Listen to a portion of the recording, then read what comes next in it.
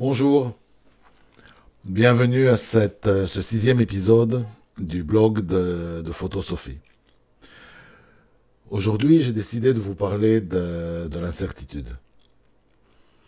Alors, pour parler de l'incertitude, voilà, j'ai une photo que j'ai prise il y a quelques années à Munich, en Allemagne. Bon, on va la voir de plus près, hein, comme d'habitude, voilà. Donc il s'agit d'un reflet en réalité. Je suis en train de passer devant une vitrine et il y a cette dame qui monte sur une échelle qui nettoie la vitre. Et il y a ce symbole de l'infini, comme un double 8. On ne sait pas non plus ce qui appartient réellement au reflet, ce qui appartient à la vitrine, ce qui est dedans, ce qui est d'or.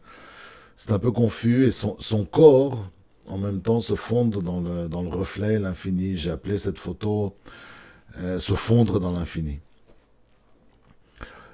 Et pour moi, ce qui ressort quand je regarde cette image, c'est un grand sentiment, fort sentiment d'incertitude. Parce que rien n'est certain. Elle est dans le reflet, elle est dedans, elle est dehors, encore une fois. Les gens sont dedans, ils passent, ils dorment, ils sont. On ne sait pas. Tout est, tout est flou, tout est incertain. Et je crois que l'incertitude est quelque chose qui devient très présent dans notre vie aujourd'hui. Il y a une grande incertitude en général, il y a une certitude avec la pandémie qui nous est tombée dessus l'année dernière et qui continue à être présente dans nos vies. Moi, je dois voyager de temps en temps, donc je ne sais pas si je pourrais partir d'Israël où j'habite, je ne sais pas si je pourrais rentrer dans les pays dans lesquels je dois me rendre. Je ne sais pas si je rentre dans le pays, si je pourrais revenir, parce qu'il faut faire un test avant, après. On ne sait pas, on ne sait rien. Il y a une énorme incertitude en général de nos jours au niveau de la planète, au niveau du climat. Ça fait des années que tout le monde parle du changement écologique et de la nécessité de le prendre en compte et d'agir, mais bon, on sait bien comment ça se passe. Il y a une énorme incertitude au niveau politique. Et la vérité n'est pas forcément le fait du plus grand nombre. Ce qui est le fait du plus grand nombre, c'est l'opinion. Ça devient clair de plus en plus souvent que la vérité du plus grand nombre n'a rien à voir avec la sagesse.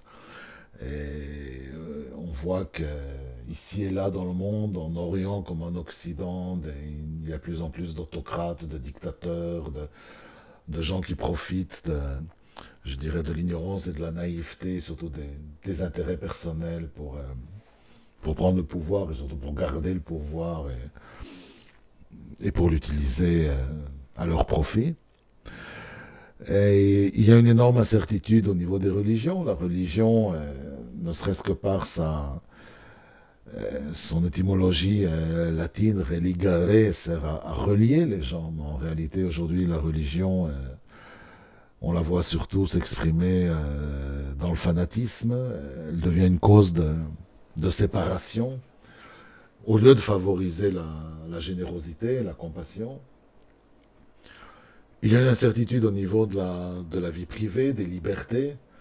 Et le virus et la pandémie, abondons, mais c'était devenu une bonne excuse pour que Big Brother soit partout et plus personne pratiquement ne réagit parce que ça devient un fait. C'est beaucoup plus commode d'accepter l'omniprésence de la surveillance électronique, biométrique, etc. Et je dirais qu'il y a une énorme incertitude, si on fait la synthèse de tout, par rapport au futur de l'humanité. On ne sait pas, on ne sait vraiment pas ce qui va se passer. On ne sait pas où on va, mais on sait qu'on y va. Et cette incertitude, là, je vais jeter mon téléphone, parce que ça fait quand même du bruit. Cette incertitude, elle est dangereuse, mais dans un sens, c'est aussi une opportunité. Parce que quand tout est incertain, bah, on n'a plus rien à perdre. Quand tout est incertain, on peut tout se permettre. Quand tout est incertain, il est beaucoup plus facile d'oser. Vous savez, quand on se lève le matin et la journée est déjà cadrée avant de commencer, c'est-à-dire, comme on disait en français, métro, boulot, dodo. Tout est clarifié, tout est clair, tout est encadré, et on sait d'avance comment ça va se passer. Une journée de plus, un lundi de plus, un mardi de plus, etc. Mais lorsqu'on se lève le matin et qu'on ne sait pas, on ne sait pas parce que on va arriver au boulot et peut-être que la boîte sera fermée à cause de la pandémie, peut-être qu'il va y avoir des émeutes, peut-être que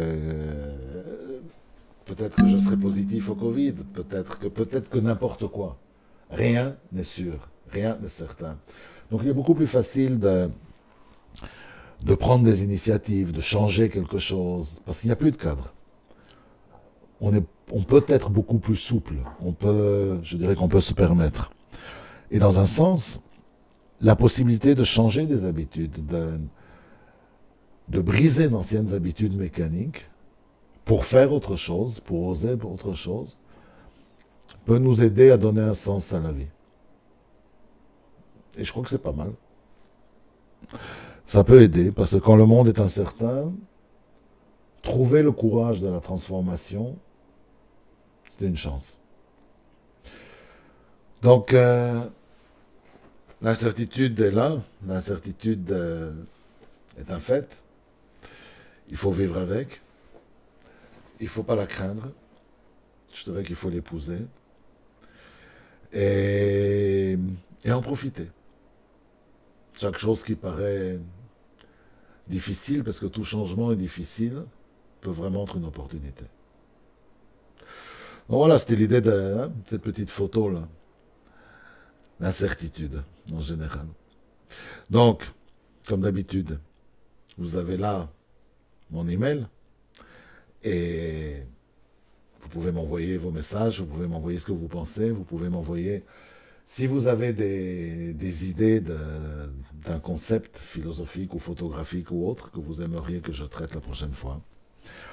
Eh bien, envoyez votre email et je vous promets que je répondrai. Allez, à bientôt.